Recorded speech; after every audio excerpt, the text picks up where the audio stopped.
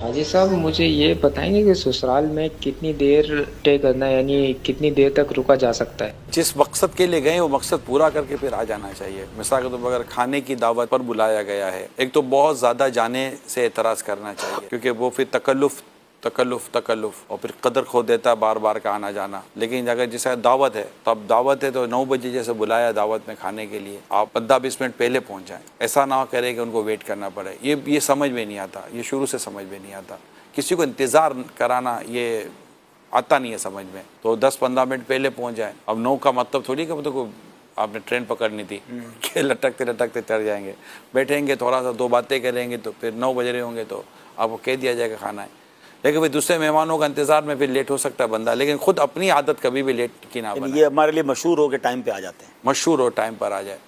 और जैसे खाना खा लिया, खाना खाने के बाद चाय वगैरह का अमूमन एहतमाम, जैसे उर्फ के तौर पर कह रहा हूँ, होता है। तो अब जैसे खा पी लिया, अब नॉर्मल हो गया कि खा पी लिया, तो अब बैठे रहना जो है ना ये सिर्फ ससुराल के लिए नहीं कह रहा, बाकी जगह मैं किसी भी मेज़बान के यहाँ वगैरह बतौर मेहमान है, तो इससे पहले कि वो घड़ी देखे या बाहर जाकर इसको घर वाले पूछे कब जाएंगे, तो इन अच्छा हो सकता है इसने भी खुद कहीं जाना हो तो एक पता है कि ये एक इतनी देर लगती है खाने में, चाय वगैरह।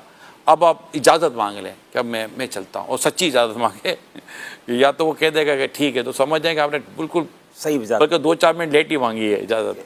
और ये हो सकता है वो कहेगा यार 2 मिनट बैठे हैं, तो फिर थोड़ा उसका मान रखने के लिए 2-4 मिनट 5 मिनट बैठ जाएं और फिर उठकर निकल जाए। अब वो बोले ना बैठो, तो जब ज़रूरत ही नहीं है बैठने की तो बैठे नहीं, फिर निकल जाए। फिर उसको भी समेटना होता है, काम करना होता है। तो बाद वक़्त हमारे जाने के बाद घर वाले खाते भी हैं, ऐसा भी होता है। फिर समेटना होगा, बर्तन धोने होंगे, सब कुछ कर करा कर फिर सोना